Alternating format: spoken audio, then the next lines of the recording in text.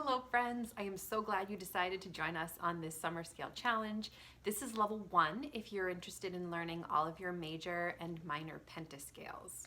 To review, each week we're going to study a major and minor pentascale so that by the end of the 12 weeks we will have learned all 24 of them. Each week I'm going to guide you through your set of scales, learning the basics, the goal, and then a challenge if you want to take your scale study a little bit further. This week's scales are C major and A minor, so let's get started and dig in. First, let's review what a pentascale is. A pentascale is the first 5 notes of any scale. The formula for making a major pentascale is, beginning on the first note, you want to travel a whole step, then a half step. There's nothing between these two keys, so that's considered a half step, and then a whole step. So the formula for a major pentascale is, remember to begin on the first note, you haven't moved yet. Move a whole step, half step, whole step. Whole, half, whole. So in your right hand, a C major pentascale will look like this.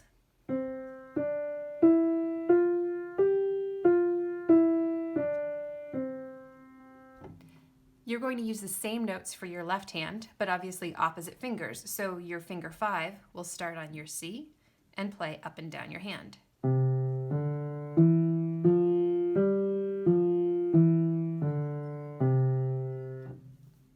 Your goal is to be able to play both hands together.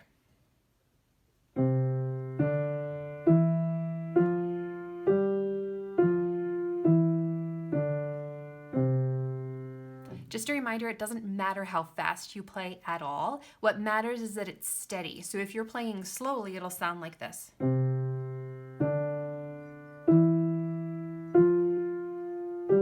You can hear how steady it is. There's the same amount of space between each note. If you're playing fast,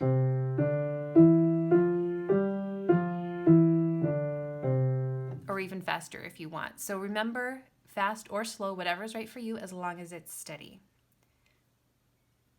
Here's a challenge to take your scale study even farther. At this point, it's really important that if you're going to feel comfortable playing in lots of positions, that your hand is as relaxed as possible. So when you play the first note, instead of kind of pushing with your finger, do you see how much tension there is in my hand? Give it a little bit of a drop. The weight really comes from your forearm and from gravity. When you switch to your next finger, what you're doing is taking all of that energy and transferring it to your next finger. Give your hand a little bit of a shake and see if you can kind of wiggle your other fingers while you're holding this note. See if you can kind of relax them. As you go to the next note, transfer that weight and allow your other fingers to relax. If you can learn to engage the finger that's dropping into the key and relaxing the others, this is going to be a really firm foundation for your scale playing later on. And it's going to teach you how to release a lot of tension you're playing so that you'll be able to play fast and with so much more ease. So if you do that with your hands together, it'll look like this. Now for A minor. Here are the basics. To make a minor pentascale, again, you start on the first note, and you want to go a whole step, then a half step. It lies here between the second and third notes. Then a whole step, and a whole step. So again, the formula for a minor pentascale is whole, half, whole, whole. The half step falls a little earlier. So an A minor pentascale in your right hand will look like this.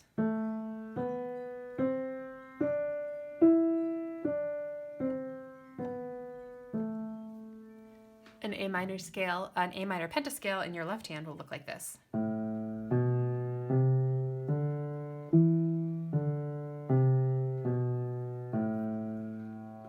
Together.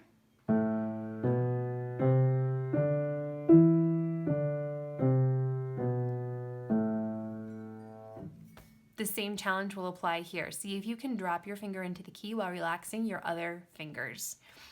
This is also a good chance for you to explore the geography of the keyboard by playing these at different places. So you might play them up an octave. You might play them really high, really low on the piano while sitting firmly in your seat in the middle of the piano. That's it for our C major and A minor pentascales this week. Go practice, and once you've learned these, make sure to check back to this video and comment, like, and we'll cheer you on if you've done it. We'll see you next week for G major and E minor.